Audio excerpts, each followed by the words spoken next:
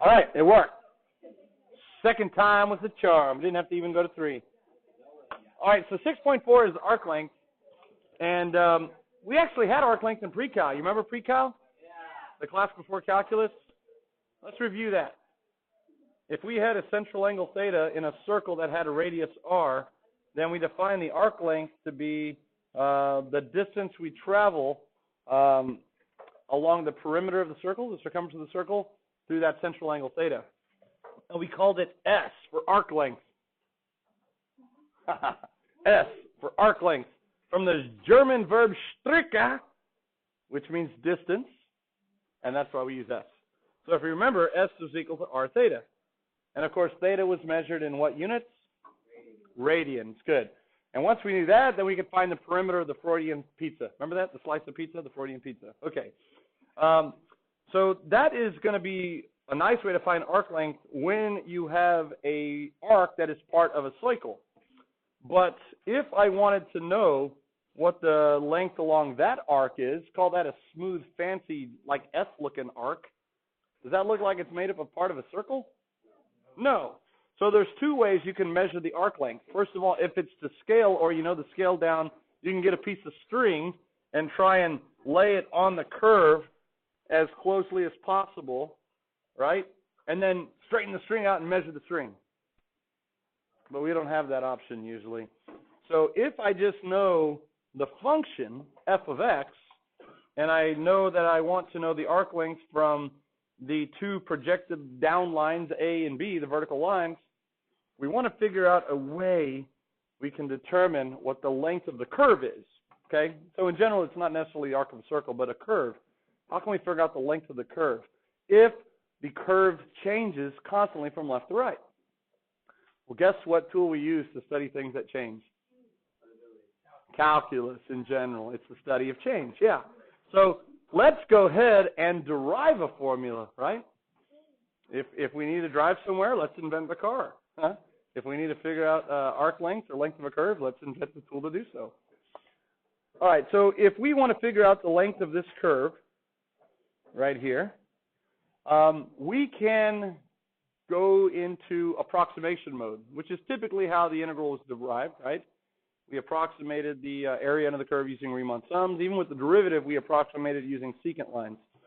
If I can then find the distances, if I can partition up this interval into line segments, and I knew the coordinates of each of those line segments, I can find the distance by finding the length of each of those segments. And then I can add them together, and that'll give me an approximation of the total length. Would you agree? All right. So for any 2 points in the coordinate plane, x sub 1, y sub 1, and let's call this x sub 2, y sub 2, how do we find the distance between those 2 points? Not quite. Distance formula, which we used when we did the optimization, right? We minimize distance. It's just a Pythagorean theorem through space. If you make a right triangle out of this, we're trying to find the hypotenuse, and this is the change in x, and this is the change in y. And then we solve it for the hypotenuse, which is d. So really, it's the change in x, which is x sub 2 minus x sub 1 squared, plus the change in y sub 2 minus y sub 1 squared. And I could do that for each of those points, add them together, and get an approximation. I'm going to summarize that. I'm just going to call that delta x squared plus delta y squared. All right, so if I did that for each of them, all I would have to do is add them up. I'm going to put the sigma out front there. You'll see the sigma. I'm going to add them all up from, let's say, a equals 1 to n. Okay, where a is my first one and n is however many I have. So that's just kind of a basic idea. Find the length of each of these and then add them all up. And if you wanted to get a better approximation, what could you do? Split it up into smaller, right? If I wanted to do that, and then from there to there, just doubling the number of distances I calculate. It's going to be more tedious calculations, but notice the smaller the lines that I use, the closer they are to the curve. And so here's the idea again. If I take the limit as n the number of line segments I have approaches infinity, then the approximation will actually become what I'm going to call L for length of the curve. Would you agree? Same thing with Riemann sums. The more rectangles we use, the less error, and that they approximated the actual, the more you used. And so if I use infinitely many, it truly becomes the actual length itself. Now the question is, how can I make the leap from a finite process with a limit in front to an integral calculation? Well, if you can write, and this was kind of the end of the previous section, if you can write this as the limit as n goes to infinity of the sum of some function times delta x. This is the general form that an integral must take on prior to becoming an integral, according to Riemann. Because then as n goes to infinity, guess what the sigma becomes? I'll say from a equals, we'll just say from a to b. Let's just do this, from a to b. The sigma, which is a finite sum, becomes a different kind of s-looking thing, known as the integral from a to b. And I should probably say these are f of x sub i's. Then this becomes the function itself, and what does delta x become? Dx. Good. So anytime you want to create an integral expression for something, if you can write it in this form, some function times delta x, the finite sum, and then let n go to infinity, you can turn it into an integral. All right, so my quest now is to take this rough draft right here. This is the sum of a single function. I need to somehow extract the delta x on the outside so that can become a dx. So how can I do that? Well, let's do this. Let's create what we need. I'm going to drop the subscripts here. I'm just going to keep it as a sigma. I can go ahead and create what I need, so long as I do it legally. So if I have delta x squared plus delta y squared, you say I need a delta x out there? Okay, let me put a delta x, which is legal so long as I what? Put a 1 over delta x. So really all I did is I cleverly multiplied by 1. 1 over, yeah, 1. So I'm going to leave this one here. Now what I'm going to do is cleverly try and get this guy under the radical. So in order to get him under the radical, he's got to have a radical himself. Yeah? So let me do another little clever trick. Let me call 1 over the square root of x 1 over the square root of delta x squared. Is that okay? Yeah, because that's still delta x. But now because he is under a radical, I can put the whole thing under a radical, by the way, because the square root of 1 is 1. That might be a little bit easier. Now I could take that, because a radical times radical, you can just multiply them under the same radical. So now I have delta x squared plus delta y squared times 1 over delta x squared. So now that's under the radical, and I have my delta x. So now it looks like I fit the pattern. By the way, there's a limit out front here as n goes to infinity each time. But what I want to do is simplify this. This would be my function f of x that I would integrate, and then delta x can already become a dx. But let's simplify that. I got the limit as n goes to infinity, sigma. If I distribute the 1 over delta x squared to both terms, what happens in the first term? Yeah, the delta x is divide out, giving me a 1.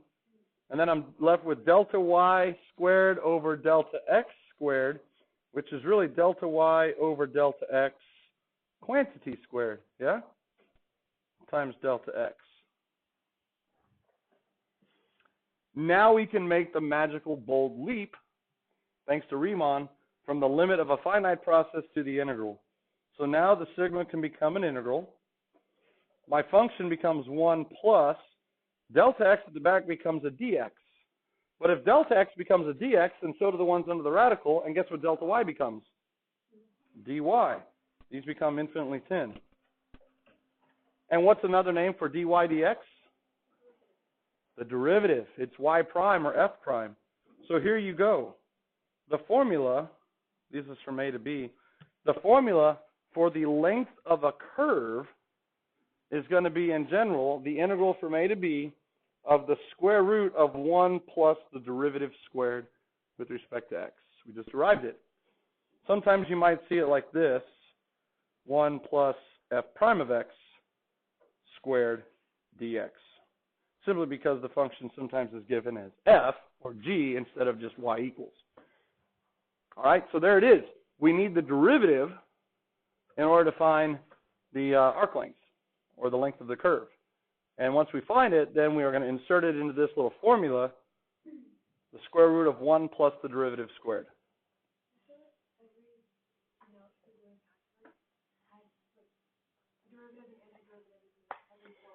Yeah, the part of antidifferentiation is definitely taking the derivative first, right? We learned that in section 4.4. Yeah, it's closely related. Okay, so unfortunately, you're going to have to memorize this formula, unless you just want to derive it every time. You don't invent a car every time you want to drive somewhere, right? The car is already invented. You use what's already invented, right? You just memorize the car and then use it. Doesn't work that way.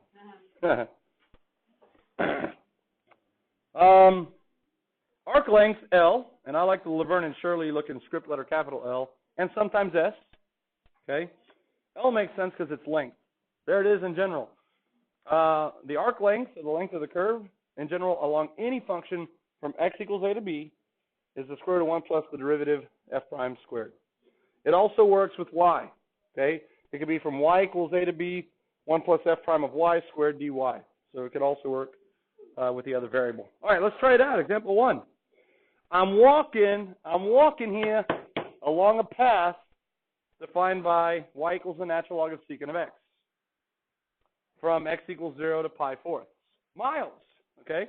So here is a depiction of the graph. The graph of the natural log of secant of x, if you type it into your calculator as 1 over cosine, it looks like this. So there's the path I'm walking along, and I'm going from x equals 0, which is right here, to x equals pi fourths. So the horizontal distance that I cover, of course, is pi fourths units. But I want to know how far I travel actually along the curved path. And there is a picture of me. It's a photograph from yesterday morning. Yeah, okay. It's an actual photograph. It's so wonderful. And I did that myself. I did that with the Microsoft Paint, which is my favorite photo editing tool. Good. It comes bundled with Microsoft Office. Works good. You should try it sometime. Anyway, so guess what we're going to do? We're going to use, the formula, the calculus formula. Okay, now remember that the formula requires the derivative. I'm going from 0 to pi fourths. So if you want to set it up first, the length of the curve should be the integral from 0 to pi fourths of the square root of, what is it? 1 plus now my function is y, so I can call it y prime squared or dy dx squared dx. And that could be your setup. But there's a little bit of investment on the front end before we go ahead and plug it in. We need to find the derivative of the natural log of secant. Good thing we can. By the what rule? Yeah, all of them. Very good. So the derivative of the natural log of blob is 1 over the blob times the derivative of the blob is secant x tangent x. And if we simplify, Zach, what happens to the secant of x's? They divide out. Good. And we're left with tangent. So let us go ahead and plug it in. That's the integral from 0 to pi fourths. Square root of 1 plus tangent of x quantity squared, which we know is tangent squared of x. So far, so good so far. Okay, now without a calculator, you'll have a calculator on tomorrow's exam, by the way. So if this is a multiple choice question, of which you will have one, once you get this far, you could type it into your calculator. But these could show up also on a non-calculator test, in which case there's going to have to be some really clever way to simplify it. Because as it sits right now, there's no known way to find the antiderivative of this. Yes, 1 plus tangent squared a la baby pid number 1 is secant squared. And what is the antiderivative of secant squared? I'm sorry, what is the square root of secant squared? Secant. And we don't need absolute values around there because we're just from 0 to pi fourths. And from 0 to pi fourths, secant is already positive. Yeah. Whew, that was a close call. All right, so now I've simplified my original rule, my integral, down to something that is secant of x. Do we know the antiderivative? At one point we learned it. I remember how to remember it.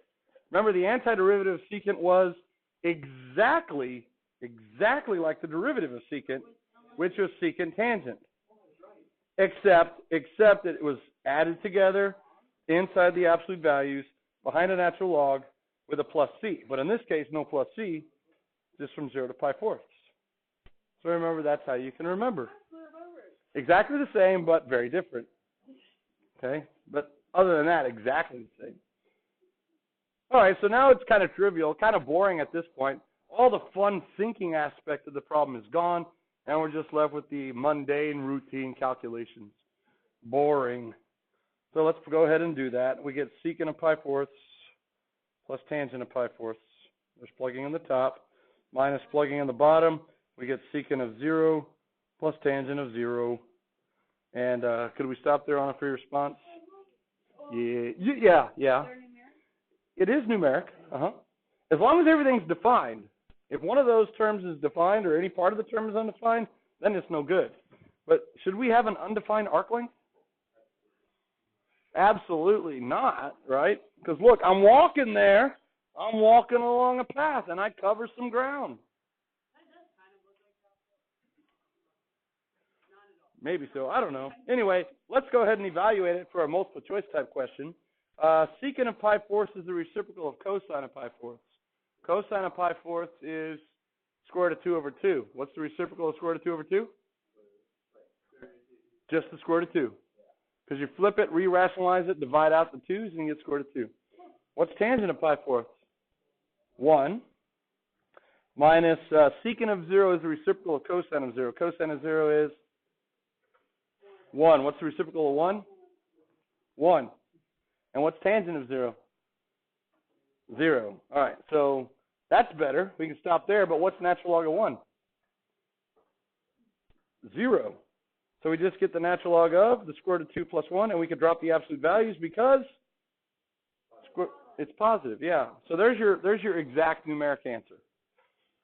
All right, so on the test tomorrow, you'll have a calculator, so once you get your integral set up, which would be right here, as long as you're in radian mode, feel free to type it in and get the 3-decimal approximation.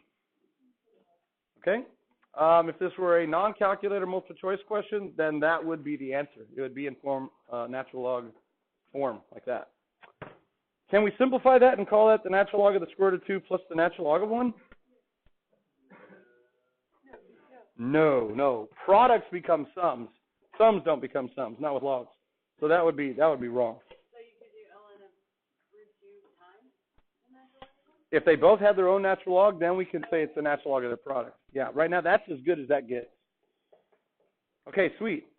So can y'all handle that in tomorrow's test? Yeah, we should do it one more time. It just comes down to memorizing that. There's a lot to remember. So if you memorize as you go, it's a lot easier. Okay, find the exact length of the curve for square root of 2/3 x to the 3/2 minus 1 on the interval from 0 to 1. Okay, so first thing you have to do is realize that we're finding arc length. What's the giveaway? Length of a curve. It says length of curve. Okay, sweet. And our curve is curvy, not straight. If it were straight, we could just use the distance formula. But it is, in fact, curvy. So we know that we're going to need the what of this for our integral derivative. So let's go ahead and find it. So y prime is going to be, 4 square root of 2/3 times 3/2 times x to the positive 1/2.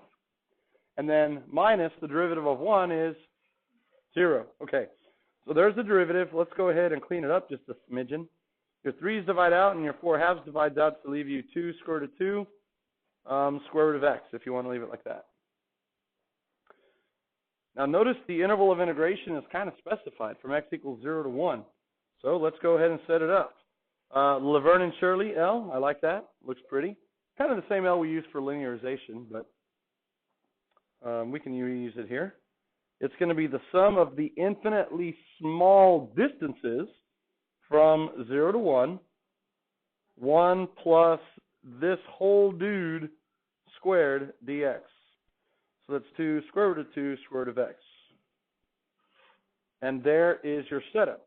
That would get you check, sometimes maybe 2, but for sure 1. Calculator question, guess what you're doing now? Typing it in. Math 9 from the home screen. But this one, let's see how far we can get without the calculator. Let's see, 2 square root of 2 square root of x, quantity squared is going to be 4. That's 2 squared. Square root of 2 squared is 2, and the square root of x squared is x. Whew.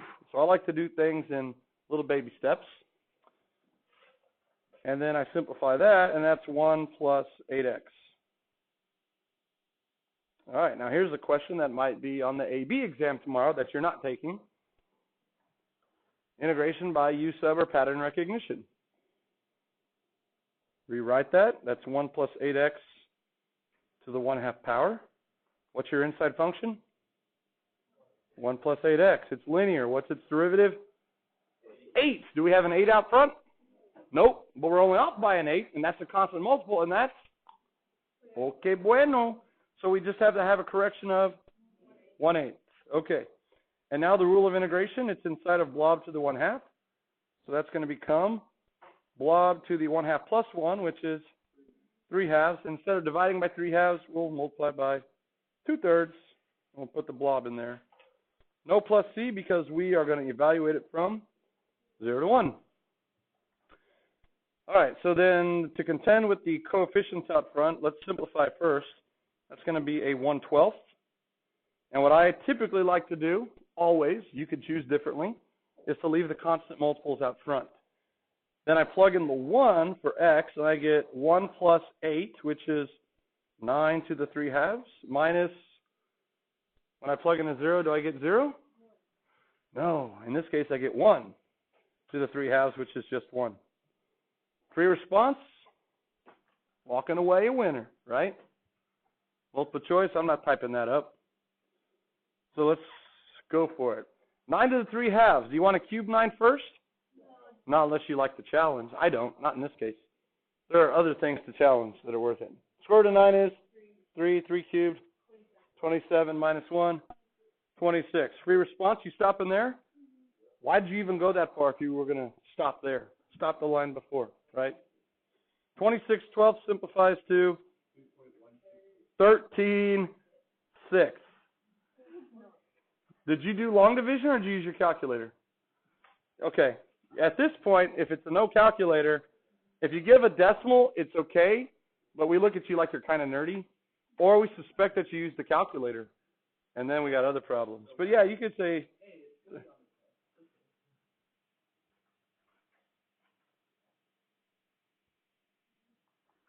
does it go in?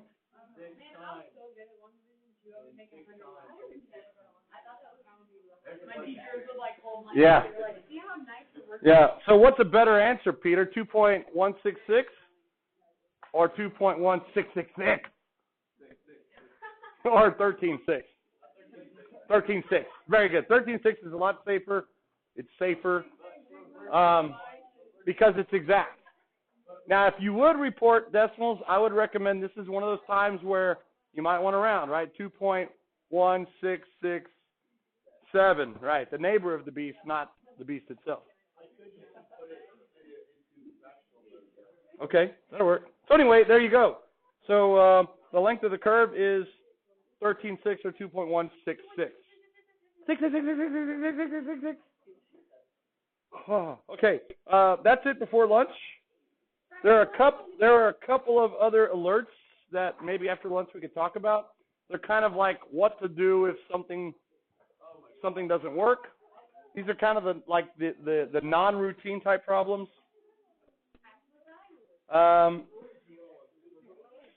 We might skip those because that's not really going to show up on my test. But they're worth addressing. Maybe we'll address them after the test tomorrow. The question on your test tomorrow will be more like number 1 and 2. And you'll have a calculator. Speaking of calculator dudes, you can go to lunch a little early if you want. There's no bell, so we got about a 2-minute head start. All right.